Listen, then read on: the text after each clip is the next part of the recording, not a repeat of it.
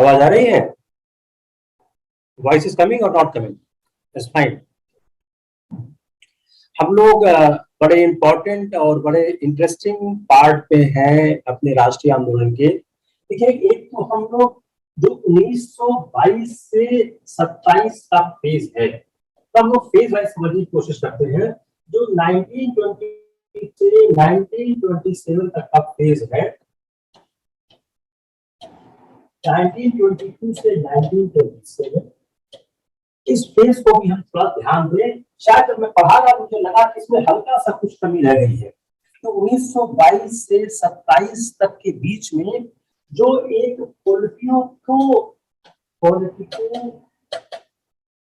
Economic stress हो रहा था, तो उस समय एक राजनीतिक आर्थिक तनाव उत्पन्न हो रहा था। अगर हम उसको देखने की कोशिश करें तो 1924 के रॉयल कमीशन, 1924 रॉयल कमीशन और सैंडहर्स्ट रिपोर्ट, शायद सवाल आया, मुझे हल्का से याद आ रहा है। That's why when I was looking again the lecture I found कि शायद ये दो चीजें थोड़ा और बतानी चाहिए थी। तो ये हुआ था 1926 में। तो 1924 का रॉयल कमीशन और 1926 का सैंडहर्स्ट रिपोर्ट, इसमें क्या किया? इसने आईसीएस का जो 50% भारतीयकरण 15 वर्ष बाद करने और पुलिस और सेवा का 25 वर्ष बाद करने की बात कही गई। तो अगर आप याद करना है तो इंडियनाइजेशन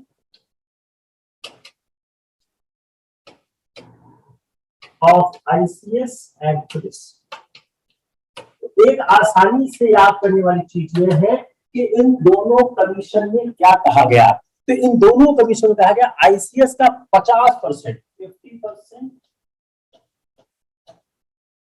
आफ्टर 15 इयर्स, जो आईसीएस है उसका 15% आफ्टर 15 इयर्स, और पुलिस एवं सेना का, आर्मी, पुलिस एंड आर्मी। तो अगर आप इसको देखें तो आईसीएस का और पुलिस और आर्मी का वो 25 साल। तो एक सवाल पुलिस का आपको यहाँ पे दिख रहा है, तो शायद मैंने पढ़ा रहा था, दूसरे मिस्टेक हो गया। तो इंडियन सिविल सर्विसेज जो आईसीएस है, जो भारतीय इंडियनाइजेशन है, इसकी बात की अगर इस हिसाब से देखा जाए तो सेना का, अगर इसको कैलकुलेट करें तो सेना का 50% 1952 में होगा।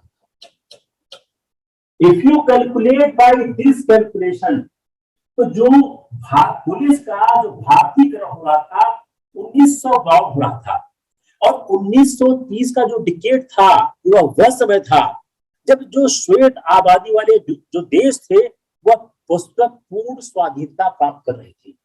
तो अगर देखा जाए, आपको दिमाग करना चाहिए कि सर ये सवाल पूछे क्यों जाते हैं। इसके पूछने का कारण यह है कि अंग्रेजों ने इतने लंबे दौर तक भारत को अपने अधीन बनाने की बात सोची। तो अगर हम 1920s का डिकेड देखें, we will see the 1920s decade, अगर हम 1920 के दशक को देखने की कोशिश करें तो वह समय था जो श्वेत आबादी वाले डोमिनियन देश थे वह पूर्ण स्वाधीनता प्राप्त कर रहे थे। अगर हम इस प्रक्रिया को समझने की कोशिश करें तो क्या दिखता है कि जो 1919 का गवर्नमेंट ऑफ इंडिया एक्ट है उसका उद्देश्य पूर्ण डोमिनियन स्टेटस प्रदान करना नहीं था, किसी भी तरह से वह डोमिनियन स्टेटस नहीं दे रहे थे। तो now you correlate 1990 act and the activities of Britishers in 1920s, जब वो भारतीयों को आईसीएस, पुलिस और आर्मी में स्थान ही नहीं देना चाह रहे थे। You got this point? What I wanted to explain it. You got or not got?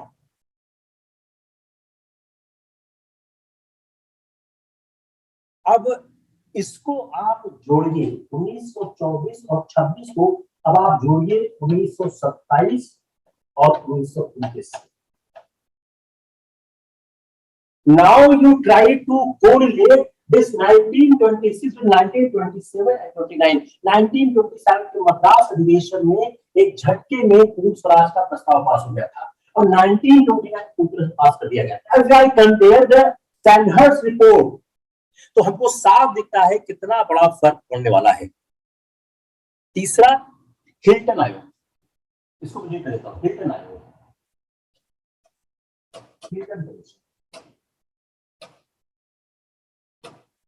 इसे नाम सुना है इसका? Anyone has heard this name? अब उस समय के पूंजीपतियों को सबसे ज्यादा शिकायत क्या थी?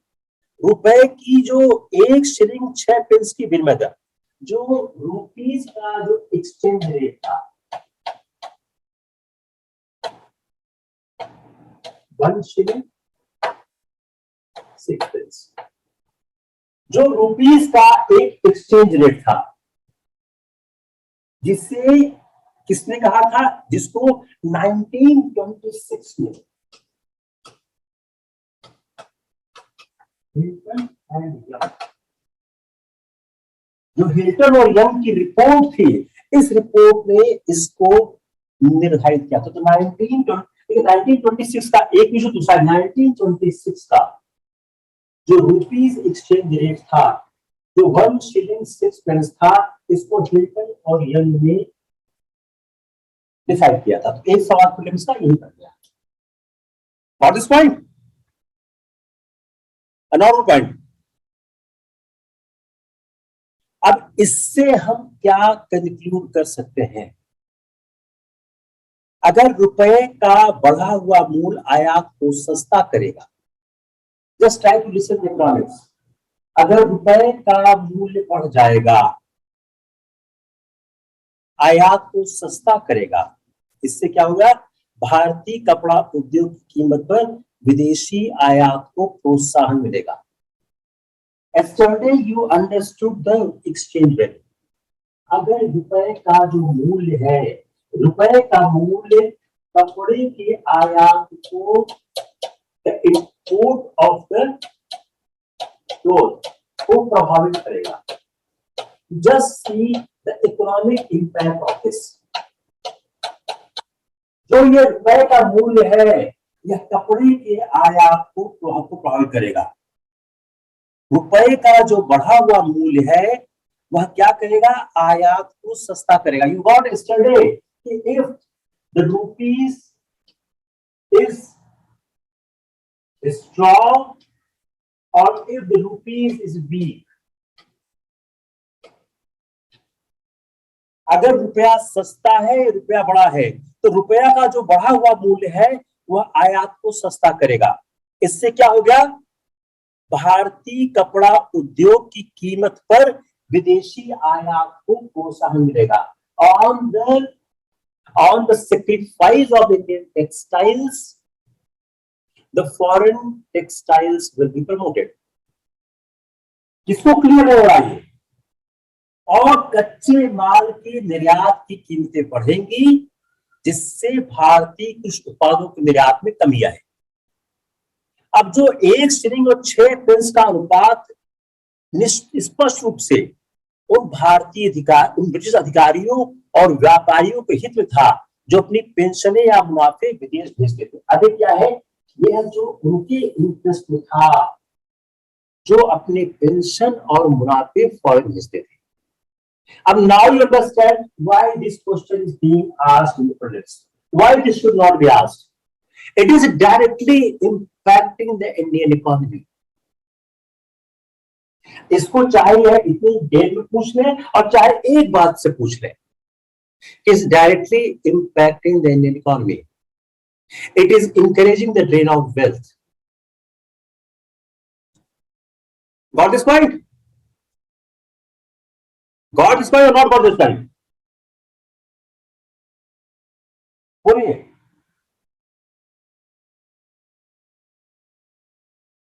Who has not able to understand this?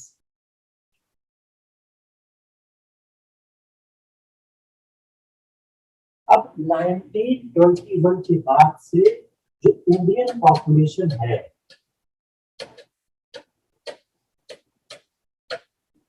उसमें इंक्रीज हुआ, Indian population increase.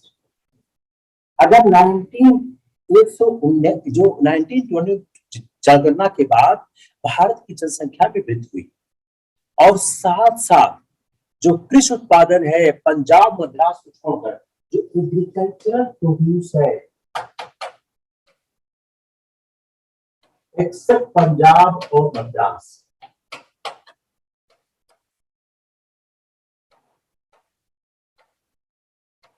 No change, वैसे ही बस बहुत ध्यान से देखिएगा कि 1921 के बाद जो जनगणना होती है उससे क्या होता है, भारत की जनगणना भारत की जनसंख्या में बहुत वृद्धि होती है, लेकिन जो कृषि उत्पादन एग्रीकल्चर प्रोड्यूस है except Punjab and Madras it is same as it is.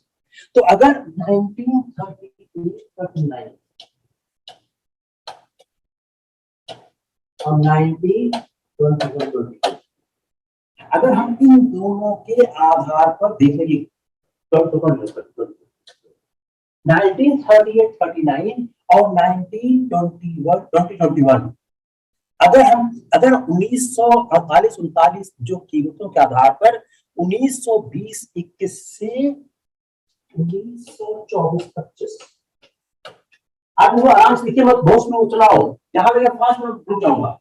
अगर हम इसके दरम्यान की अवधि में सभी फसलों की जो औसत उपज थी वो 26.5 रुपीज, सभी फसलों की औसत उपज 26.5 रुपीज थी और 1925-26 से 1929-30 तक 1925-26 से 1929-30 तक अगर हम इसको यहां से लेके 25-26 से 29 तक हैं, यह घटकर 25.7 रुपए। It has been decreased and gone down to 25.7 rupees. तो 1920 का जो दशक था वह समय था जब बंबई और मद्रास के जो अधिकांश हिस्सों में जो 30 वर्षीय जो रैयतवाड़ी बंदोबस्त के अनुसार माल गुजारी में संशोधन करना था। अब इससे फर्क क्या पड़ रहा है ये समझने की कोशिश करते हैं। इससे फर्क यह पड़ रहा है कि आज की कीमतें घट रही, इससे फर्क क्या पड़ रहा है कि जो कहते हैं फसलों की औसत उपज है वह इन सालों में कम हो गई। अब इसको हम कंपेयर करते हैं कपड़ा उद्योग के साथ। नेक्स्ट ईयर कपड़ा उद्योग, textile industries. Now see about the textile. Textile में क्या होता है, जो भारतीय कपड़ा उद्योग था उसको लंकाशायर और जापान से जो कंपटीशन उसका सामना करना पड़ा। तो 1921-22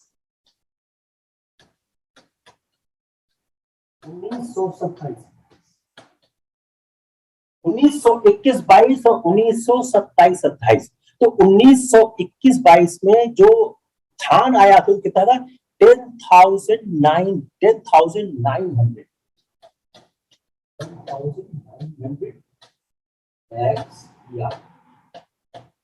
ये कब था 21-22 में, और 27-28 कितना हो गया 19,730।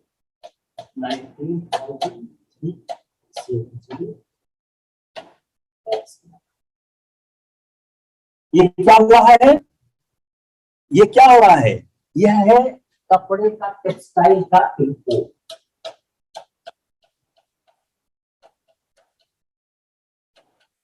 तो 21-22 से 27-28 में टेक्सटाइल का एक्सपोर्ट इतना बढ़ गया।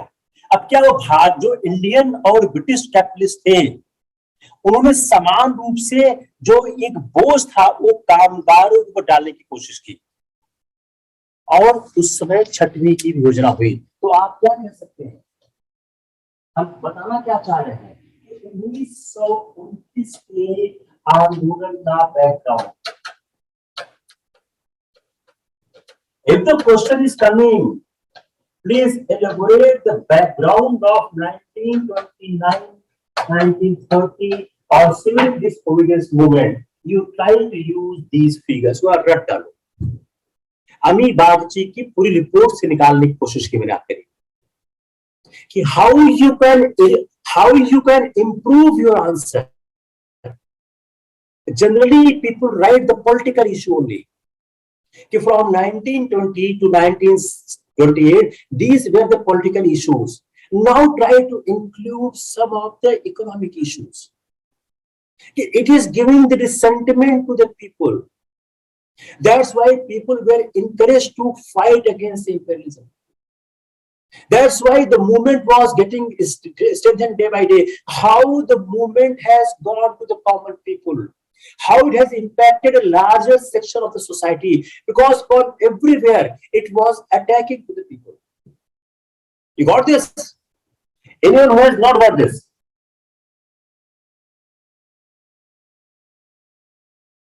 बताएं। अब इसको आप थोड़ा से रेवेन्यू से जोड़ दो, एक एस्पेक्ट और देखिए रेवेन्यू का, कि जो कांग्रेसी हो, स्वराजी हो, चेंजर हो, प्रो चेंजर हो, जमींदार हो, सब के सब पहले किसानों की जो मांगे थी उससे उतने ज्यादा संबद्ध नहीं लगे। They were not very much related with the PZ problem. किसानों की मांगों में जो लगानों की कमी की बात होती थी, उसमें वह एक सपोर्ट चाहते थे। तो जब हम किसान आंदोलन हम उसको और समझने की कोशिश करें। Very soon we will move towards the Kisan Andolan. Then I will try to explain you how it is going to impact us. कैसे ये हम लोगों को impact कर रहा है। अब now come on the round about this. Is clear? Come on the Simon Commission report. यह जो Simon Commission report थी, अब Simon आपको नेहरू के 14 point, how I'm building the whole case. You need to understand the Nehru report, Jinnah's 14 point, Simon Commission report, Round Table Conference, 1935 Act. These are the 4 constitutional issues we need to understand in detail. The reason being, if any question is being framed of all these 4 aspects, then we are able to answer it. So I had explained to you the detail about the Jinnah's 14 point and the Nehru report. Let's proceed toward the Simon Commission. जो Simon Commission publish हुआ वह जून 1930 हुआ। इसके क्या recommendation थे? Federal, जो constitution of India है वो फेडरल होगा, autonomy in provinces into the Department of Law and Order. लेकिन governor should have the administration, the overriding powers. इसमें इंटरनल सिक्योरिटी में और safeguarding of all communities. Provincial legislative councils को enlarge किया जाएगा। गवर्नर जनरल अपने cabinet को elect करेगा, सिलेक्ट करेगा, और वह हेड होगा गवर्नमेंट का। उसकी पावर कुछ मामलों में इनलार्ज की गई। सबसे important, did not depend the international responsibility at the center. High court government of India के एडमिनिस्ट्रेटिव कंट्रोल होगा। वो स्वाभाविक सी बात है, इस साइमन कमीशन रिपोर्ट को स्वीकार करना आसान था। अब इस साइमन कमीशन रिपोर्ट के आधार पर राउंड टेबल कॉन्फ्रेंस की गई। जो फर्स्ट राउंड टेबल कॉन्फ्रेंस थी उसको 16 मेंबर्स ने अटेंड किया। ब्रिटिश पार्टीज थे, सॉरी 16 मेंबर्स थे ब्रिटिश पार्टीज से, 16 थे फ्रॉम इंडियन स्टेट से, 57 थे फ्रॉम ब्रिटिश इंडिया से। टोटल कितने किया? 89 ने किया। कांग्रेस ने रिप्रेजेंट नहीं किया।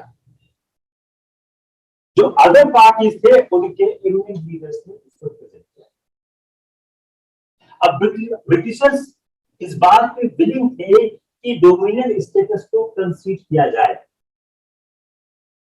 Even with safeguard and responsible government at the centre. जो सारे इंडियन मेंबर्स थे वो इन्वेस्ट थे अपने डिमांड्स पे फॉर बोथ। जो इंडियन मेंबर्स थे वो एडवोकेट कर रहे थे introduction of British parliamentary system. जब जनरल डिबेट हुआ, जब कांग्रेस प्रोसीड हुई फ्रेमवर्क ऑफ द कॉन्स्टिट्यूशन, जो रूलिंग प्रिंसेस थे वह इमीडिएट फेडरेशन की बात कर रहे थे ऑन टू कंडीशंस। और जो ब्रिटिश इंडिया मस्ट फेडरेट एंड जो central government must cease to be purely official government and become in some degree responsible to central legislature। यह भी एक्सेप्ट किया गया कि जो न्यू कॉन्स्टिट्यूशन है should contain provision जो designed to assure the communities that their interests will not be pressurized। यहां से शुरू हो गया एक नया कॉम्प्लिकेशन ऐड कर दिया बी आर अम्बेडकर ने, डिप्रेस क्लास के रिजर्वेशन की इशू करेगा। जब कंक्लूडिंग स्पीच हुई तो उसमें जो उनके प्राइम मिनिस्टर थे उन्होंने कहा, उन्होंने 3 बातें कही, ये आप याद करिए, आपके काम करेगा। ये शायद मेरे ख्याल से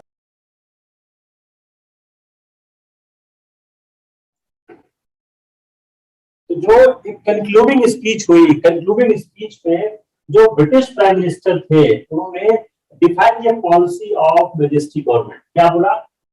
responsibility for the government should be placed on the legislature. तो पहला क्या हो गया? रिस्पॉन्सिबिलिटी। अब याद कैसे करो? रिस्पॉन्सिबिलिटी किस पे है? लेजिस्लेचर पे। सेंट्रल और प्रोविंस दोनों पे दी गई। उसके लिए क्या होगा? यह गारंटी की जाएगी कि जो रिस्पॉन्सिबिलिटी है सेंट्रल ऑफ गवर्नमेंट की वह लेजिस्लेचर, और उसके साथ साथ जो ड्यूरिंग पीरियड ऑफ ट्रांजिशन है observation of certain obligations and to meet other special circumstances and also with such guarantee required by minorities to protect their political liberties. तो आप इसको अगर शॉर्ट में करें उनके इस स्टेटमेंट को, तो रिस्पॉन्सिबिलिटी क्या की उन्होंने कि रिस्पॉन्सिबिलिटी प्लेस की जाएगी लेजिस्लेचर पे, लेकिन साथ साथ जो माइनॉरिटी का इंटरेस्ट है वह प्रोटेक्ट किया जाएगा। दूसरा, फेडरेशन। जो सेंट्रल गवर्नमेंट है वह ऑल इंडिया फेडरेशन होगा, जिसमें बोथ इंडियन स्टेट्स होंगे, ब्रिटिश इंडिया होगा और बाई कैमरा लेजिस्लेचर होगा। जो सब्जेक्ट ऑफ जो डिफेंस है, एक्सटर्नल अफेयर्स है, reserve for the governor general. जो गवर्नर्स प्रॉमिस है, जो प्रॉविंस है वह कॉन्स्टिट्यूट होंगे ऑन द फुल रिस्पांसिबिलिटी। उनके जो मिनिस्ट्रीज है will be taken for the legislature and jointly responsibility. तो जो रेंज ऑफ प्रोविंशियल सब्जेक्ट है वह डिफाइन किए जाएंगे greatest possible measure of self government. तो राज्य में उन्होंने एक सेल्फ गवर्नमेंट की पॉसिबिलिटी की बात कही। अब यह जो उनके अब ABCD चारों याद करिए, आपके प्रीलिम्स में भी आ सकता है कि प्रथम गोल में सम्मेलन में क्या क्या इश्यूज थे। और जनवरी 1931 कांग्रेस वर्किंग कमेटी मिली इलाहाबाद में और एक रेजोल्यूशन पास किया और उन्होंने रिफ्यूज कर दिया to give any recognition to this resources. और जो ब्रिटिश पार्लियामेंट, जो ब्रिटिश प्रीमियर की जो पॉलिसी थी उसको बड़ा too vague and general to justify any change in policy जो कांग्रेस की है। कमेटी ने एडवाइस किया कंट्री को to carry on the struggle with an unabated vigour. 25 जनवरी को गवर्नर जनरल ने एक स्टेटमेंट इशू किया कि ban on the working committee would be remove and उसके मेंबर हैं जो प्रिजन में है वो रिलीज किए जाएंगे ताकि एक कंसिडरेशन की अपॉर्चुनिटी मिल जाए। जो प्राइम मिनिस्टर का स्टेटमेंट है, तो हम जरा से इसको समझने की कोशिश करते हैं कि जो 1931 का जो उनका एक प्रथम गोल में सम्मेलन हुआ और उसके बाद जिसमें कांग्रेस ने भाग नहीं लिया और कांग्रेस ने द्वितीय राउंड टेबल कॉन्फ्रेंस में भाग लिया। हम इसके बीच की बात को जरा समझने की कोशिश करते हैं कि कैसे यह फर्क आता है। उसमें फर्क का कारण क्या है कि अगर हम 1929 के लाहौर कांग्रेस से देखने की कोशिश करें, 1929 के लाहौर कांग्रेस में यह अधिकार दिया गया कि जब भी यह जरूरी हो कि वह एक देश में एक they can launch the civil disobedience movement.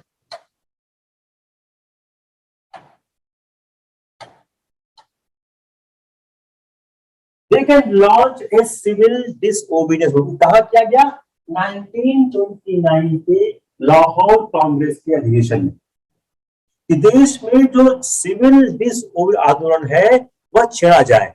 इसमें नॉन पेमेंट ऑफ टैक्स भी है, जरा इसको ध्यान से याद करिएगा। इसमें कर न अदायगी नॉन पेमेंट ऑफ टैक्स भी शामिल है। और इसने कहा विधानसभा सदस्य जो लेजिस्लेटिव काउंसिल के लोग हैं वह रिजाइन कर दें। लेजिस्लेटिव काउंसिल के लोग इस्तीफा दे दें। और यहीं पर गांधी जी को यह अधिकार दिया गया he can start the education when he wishes. Now you got one more issue about the Lahore Congress, the significance of the Lahore Congress. Don't confine yourself only with the Poon Swaraj Prastav, resolution of the Poon Swaraj. You try to see the more aspect in this. कि how you can see more and more issues. तो ये लाहौर का जो अधिवेशन है इसमें 4 महत्वपूर्ण बात कही गई। अब जो गांधी जी क्या था, गांधी जी के पास चूंकि तब तक Gandhi ji was the tallest leader in the Congress by that time, so everyone was looking for the leadership provided by him. तो जो गांधी जी ने क्या किया, उन्होंने 31 जनवरी को उन्होंने एक चिट्ठी लिखी। किसको लिखी? उन्होंने चिट्ठी लिखी वायसराय को। जो गांधी आंदोलन खास बात क्या है, पहले वह चेतावनी दी, फर्स्ट ही वाज वार्निंग। तो उन्होंने अपने न्यूनतम मांगों का एक कार्यक्रम लिखा, उसमें 11 पॉइंट उन्होंने दिए। 11 पॉइंट तो बात ये हमारे 11 पॉइंट है। इस पर उन्होंने बात कहने की कोशिश की। 2 मार्च को गांधी जी ने वायसराय को अपना पत्र लिखा और उन्होंने विस्तार से यह बताया कि why we want the end of British Raj. कैसे यह अभिशाप है, जो ब्रिटिश राज है किस तरह से हमारे लिए अभिशाप बन गया होगा। इसके बाद जो गांधी जी ने एक डिटेल में बताया कि क्या गांधी को की सत्याग्रही को क्या करना चाहिए। अब जरा हम यहाँ पर गांधी फिलॉसफी समझने की कोशिश करते हैं। Let's understand the Gandhi philosophy. With respect to the civil disobedience movement, Gandhi ji का दर्शन क्या था, उनकी फिलॉसफी क्या थी। उन्होंने कहा मैं अपने कुछ लोगों के साथ सॉल्ट मूवमेंट निकलूंगा। I will go for the salt movement और नमक कानून तोड़ूंगा। उन्होंने कहा ये उनका गांधी जी का जो पत्र है जो वायसराय को लिखा गया है, I am trying to derive his philosophy from that letter, कि मैं अपने कुछ लोगों के साथ नमक सत्याग्रह के लिए निकलूंगा, नमक कानून तोड़ूंगा। आप मुझे गिरफ्तार करके ऐसा करने की रोक सकते हैं। You can arrest me and stop it so that I can not go ahead. उन्होंने साफ साफ कहा कि आप चाहो तो मुझको गिरफ्तार करके हमको रोक सकते हो। यह गांधी की फिलॉसफी का बड़ा इंटरेस्टिंग पॉइंट था कि वह सारी बातों को पहले बता दिया करते थे। तो he said that कि from so and so date I will start moving, और उनका जैसे ही मैं निकलूंगा thousands and lakhs of people will follow me. Thousands and lakhs of people will follow me. हजारों और लाखों की संख्या में लोग हमको फॉलो करेंगे और इस नमक कानून को तोड़ने की जो सजा दी जाएगी उसको भुगतने के लिए तैयार हूं। ऐसा कानून जो कानून की किताब में जन्म है। So what is philosophy? Just try to derive the philosophy of the Gandhi from this statement itself. If you are able to understand this statement very, very clearly, then you can understand the most part of the Gandhi's movement in that freedom struggle. तो जो plan था, plan बहुत बहुत clear था. उन्होंने कहा कि साफ साफ कहा कि आप मुझको गिरफ्तार कर सकते हो, मुझको जेल में डाल सकते हो, लेकिन बहुत से लोग हमको फॉलो करेंगे. और कहा कि जो यह नमक कानून है यह अभिशाप है, ये गलत है. यह जब गांधी जी ने नमक कानून के समय में उन्होंने अपनी बात कही, उसके बाद क्या हुआ, गांधी जी की अगर पूरी हम योजना को देखें तो जो 240 मील की जो यात्रा थी, छोटी छोटी फैक्ट्स यात्रा जो मिस में होता है, कई बार वो फैक्ट्स हमको गलत बता देते हैं, कई बार हम ध्यान में नहीं देते हैं तो वो गलत हो जाता है. तो कितने दूर थी, 240 माइल्स. 240 माइल्स. नमक कानून कब तोड़ा गया, 6 अप्रैल. 6 अप्रैल 1930 को नमक कानून तोड़ दिया गया. तो जो गांधी जी की पूरी यात्रा थी 240 मिनट, उसमें कितने लोग थे, 78 लोग थे. 78 people where party in the नमक कानून. उन्होंने अपने साबरमती से शुरू किया और उसको जाकर उन्होंने कंप्लीट किया. अब गांधी दर्शन सिविल डिसओबीडियंस मूवमेंट पर क्या होता है, just see the Gandhi philosophy on this civil disobedience movement. अब उन्होंने कहा जहां भी हो सके कानून को लेकर सिविल नाफरमानी शुरू की जानी चाहिए. He clearly said कि you can start your journey wherever you are. उसमें क्या क्या, शराब और विदेशी कपड़ों की दुकानों पर धरना. सेकेंड, अगर हमारे अंदर अपेक्षित शक्ति हो तो हम कर अदा न करें. अगर हमारे पास ये ताकत हो तो हम कर को अदा न करें. थर्ड पॉइंट, वकील अपनी वकालत बंद कर दें. आम लोग अपने मुकदमे कचहरी तक न ले जाकर उसका बहिष्कार करें. सरकारी नौकर अपने पदों से इस्तीफा दे दें. I am saying only one thing, to attain the swaraj, सत्य और अहिंसा की जो हमारी प्रतिज्ञा है उसको फॉलो किया जाना चाहिए. Now from these 4-5 lines, I was not able to type those lines, I should have typed it. Gandhi की जो फिलॉसफी है वह समझ में आती है. अब आप इसको एक तरह से और देखिए, गांधी के 1922 के आंदोलन और गांधी के 1930-31 के आंदोलन से आप तुलना करने की कोशिश करिए और आप इस समझने की कोशिश करिए कि उन दोनों आंदोलनों में किस तरह का फर्क था. और फिर देखने की कोशिश करिए गांधी कहना क्या चाह रहे थे. What was the main interest of the Gandhi when he was trying to explain this? तो आप 4 चीज देखिए. Foreign goods,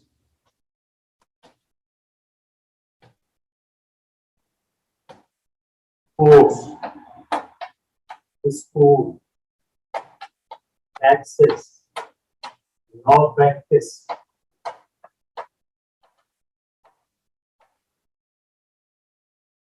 leave the government job.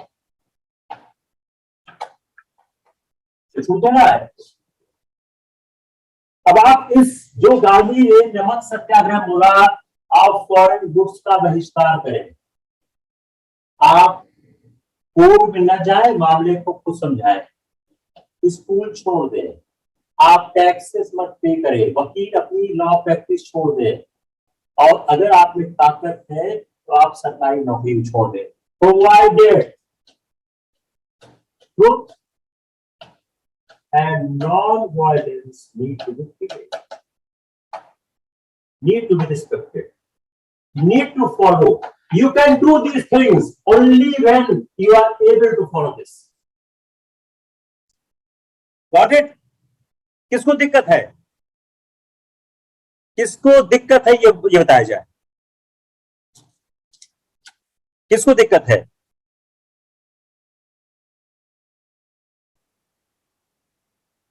What he said, the non-violence will give the widest possibility, widest number of people will participate. If I will invite a person to with the arms, nobody is able to come. तो गांधी के सविनय अवज्ञा आंदोलन को यह समझने की कोशिश करनी चाहिए। अब उन्होंने इसकी व्याख्या किस तरह से की। Now come on the next point कि how Gandhi is able to explain the power of the non violence. उन्होंने कहा कि आप क्या समझते हैं कि I will invite you with the arms having the violence, nobody will leave you to come here. You are able to reach here only because you are following a non-violent struggle where the power is the truth is prevailing. If you want to explain the Gandhi's philosophy and the way of his movement, you need to understand this detail. Of my request to you, आप इसको जरूर लिखें, because you can do this, but this only. अगर आप यह नहीं कर सकते हो तो आप यह मत करो, यह आप तभी करो जो आप ये कर सकते हो। तो क्या प्राइमरी फैक्टर था? It is the primary factor. Gandhi is not concern with these things, Gandhi is not concern with these things, he is concern mainly with this. If you are non-violent, you have the respect of the truth, then you can do this. And if you are not able to do this, don't do this. Clear नहीं हुआ? फिर गांधी ने 10 मार्च को, और 10 मार्च उस mob को address किया जो मॉब पहुंचती है साबरमती आश्रम के पास। उस मॉब से फिर वही चीज बोलते हैं वो। Again he is saying the same thing कि अभी कोई लड़ाई स्टार्ट नहीं हुई है, 1 or 2 days लगेंगे, there is still 1-2 days left to start the battle. How you are able to reach here without any problem? Only because of the truth and non-violence. अगर ये non-violence नहीं होता, यहां तक कोई ना अपना, यहां तक कोई ना पता।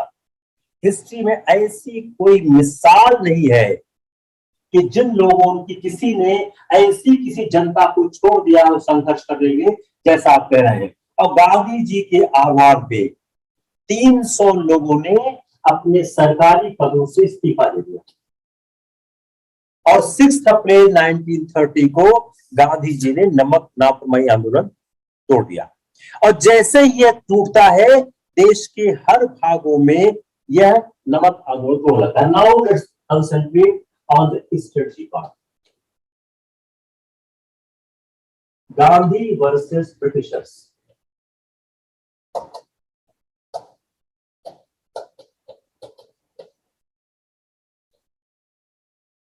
गांधी और ब्रिटिशर्स की जो स्ट्रेटजी थी उसको हम समझने की कोशिश करते हैं। सरकार को यह पता ही नहीं how to tackle this. Gandhi was knowing how to do this, to do and to tackle.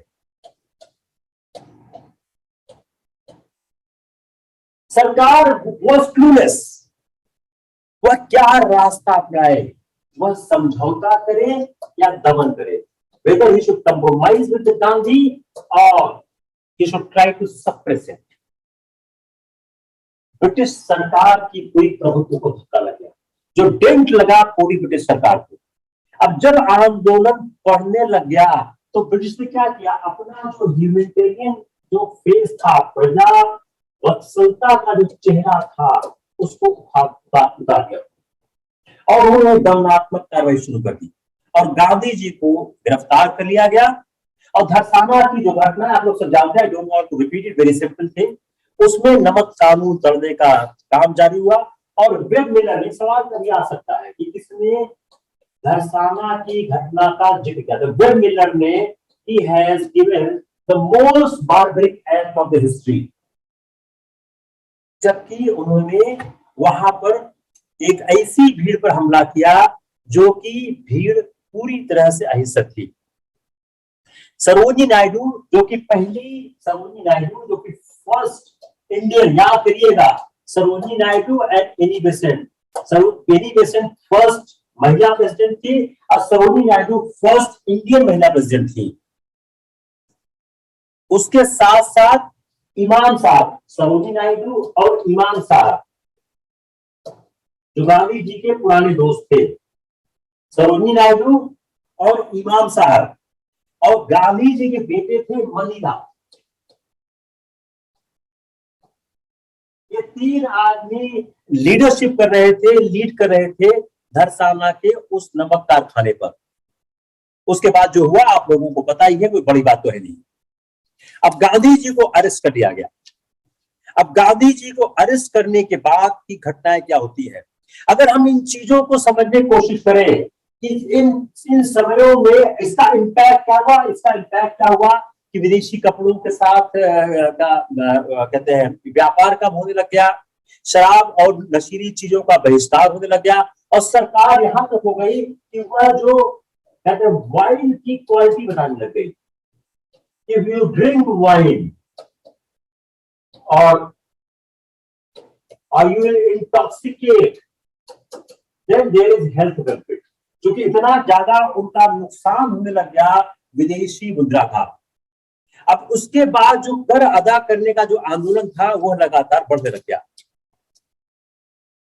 अब जब यह है सरकारी दमन चक्र मजबूत होने लगा, तब यह आंदोलन कमजोर हो रहा।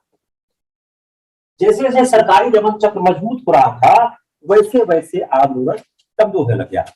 अब 1930 के दौरान अब सरकार के पास प्रॉब्लम क्या थी, सरकार हो complete 1930 government was not able to understand वो करे तो करे क्या। बाद में उन्होंने जो गांधी जी को गिरफ्तार किया और उसके बाद जो जनता के जितने नागरिक अधिकार थे उस पर कटौती शुरू कर दी और संगठन पे प्रतिबंध लगाने लग गया। और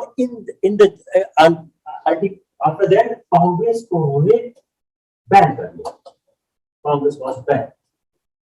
कांग्रेस को बैन करने के बाद उसके बाद जो साइमन कमीशन रिपोर्ट प्रकाशित हुई, जिसमें साइमन कमीशन ने भारत को डोमिनियन स्टेटस दिए जाने की कोई चर्चा नहीं। There was no discussion to give dominion status to India. Forget the dominion status की कोई बात नहीं की गई। अब जो इसके बाद समझौतावादी जो दृष्टिकोण हुआ, उसमें गोल में राउंड टेबल कॉन्फ्रेंस समझौतावादी दृष्टिकोण के तहत किया गया। लेकिन चूंकि कांग्रेस उसमें इंटरेस्टेड नहीं थी और भारत उसमें जाना नहीं चाहती थी, इसलिए उसमें भाग। तो जो ब्रिटिश शासन और भारतीयों को अगर हम राउंड टेबल कॉन्फ्रेंस को चीज देखें तो शायद ये फर्स्ट एपिसोड था जब ब्रिटिशर्स और इंडियंस दोनों एक साथ समानता के आधार पर बैठे। Both were sitting together on equal status. It was the first incident in the history.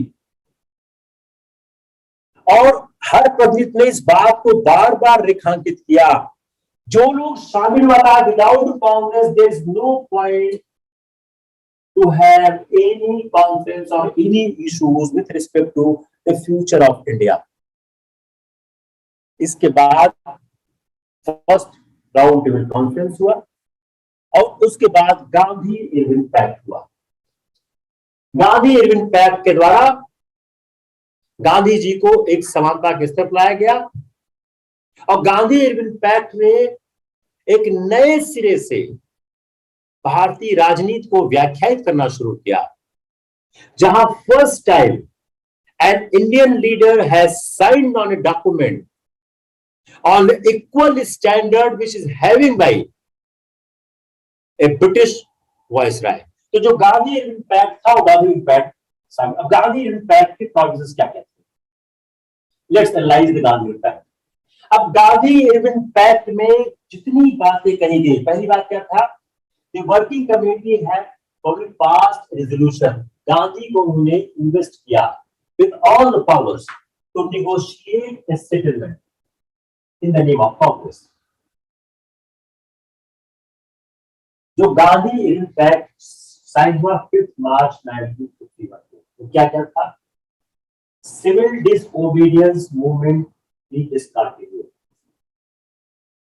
जहां तक कॉन्स्टिट्यूशनल क्वेश्चंस का सवाल है, इसको फ्यूचर डिस्कशन के लिए छोड़ दिया है, जिसमें द ऑब्जेक्ट और जो कंसिडरेशन है स्कीम का वह डिस्कस किया जाएगा राउंड टेबल कॉन्फ्रेंस में। जिसमें फेडरेशन को एक एसेंशियल पार्ट रूप में कहा गया।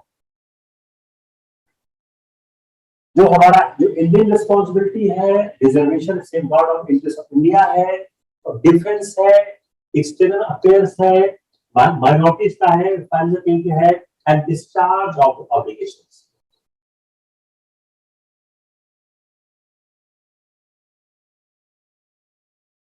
जो स्टेटमेंट बनाया by prime minister his announcement of the 1973 still taken for the participation of the representative of the Congress, जो फ्यूचर डिस्कशन किया जाएगा। तो गांधी इरविन पैक्ट में अगर हम देखें तो उसमें जो खास खास बातें क्या थी, उसमें एक बात क्या कही गई। पहली बात तो यह देखें कि समानता के स्तर पर दोनों के मध्य समझौता हुआ। जिन लोगों को बंदी बनाया गया है उन सभी राजनीतिक बंदियों की रिहाई। गांधी इरविन पैक्ट का जो प्रोविजंस थे, अगर उस प्रोविजंस को देखें तो उस प्रोविजंस में एक पहली बात क्या कही गई कि जिन लोगों को बंदी बनाया गया है उन लोगों की रिहाई। इसमें हिंसक कार्रवाई में शरीक बंदी को शामिल नहीं किया गया। Is a first issue. Second, जो उस समय तक दंड लगे थे और वसूल नहीं किया गया है। If we see the pact of the Gandhi-Irwin, I was again probably not able to type it. I should have typed it. Can I type it?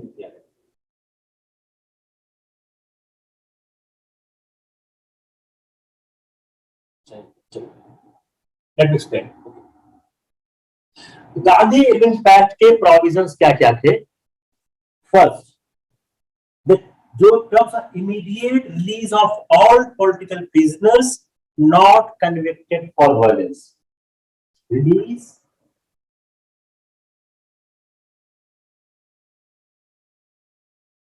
of political prisoners.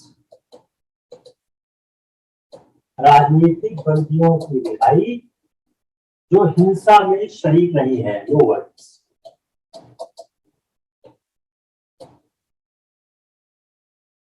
Second point. It is first point. Second point. Remission of all fines not yet collected. Remission of all fines not yet collected. उन सभी कहते हैं दंड, जो दंड लगे हैं और उनको वसूल नहीं किया गया है, उनकी माफी। Return of confiscated land not yet sold to third party. Return of confiscated land not yet sold to third party. उन सभी जब्त की गई जमीनों की वापसी जिसको किसी तीसरे पार्टी को नहीं बेचा गया है। lenient treatment for those government employees who had resigned. Lenient view with government servant who resigned. Hindi में क्या होगा? होना पड़ेगा। जिन सरकारी कर्मचारियों ने त्याग पत्र दे दिया है उनके साथ नरमी का व्यवहार। The government conceded the right to make salt for consumption to villages along the coast. Right to make salt for consumption along coast.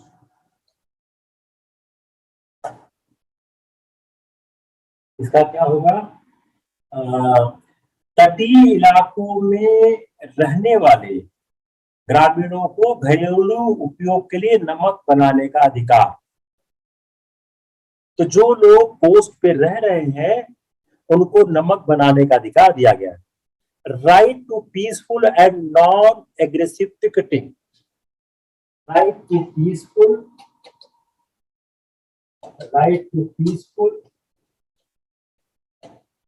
and non-aggressive picketing.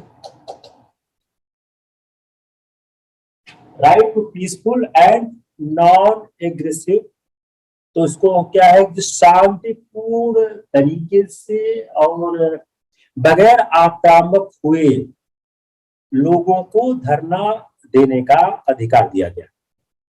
जो पुलिस की जातियां थी उसके लिए भी कहा गया कि पब्लिक इंक्वायरी की जाए कि जो कांग्रेस की मांग थी कि कांग्रेस की मांग स्वीकार नहीं की गई, जबकि गांधी जी ने बार बार कहा था Congress demand for public inquiry into police access was not accepted. Congress demand, Congress, अब इसको याद करना क्यों है, ये exception. Congress demand for public inquiry on police access not accepted, not accepted। तो कांग्रेस की मांग थी कि एक पब्लिक इंक्वायरी, हिंदी क्या बोलेंगे, पुलिस जातियों के लिए एक जनता की जो एक जांच समिति बने, उसको नहीं मांगा गया। लेकिन गांधी जी ने इस बात को बार बार से कहा। अपनी ओर से कांग्रेस ने सिविल लॉ समाप्त की बात मान ली थी। समझौते में भी था कि नेक्स्ट राउंड टेबल में कांग्रेस पार्टिसिपेट करेगी।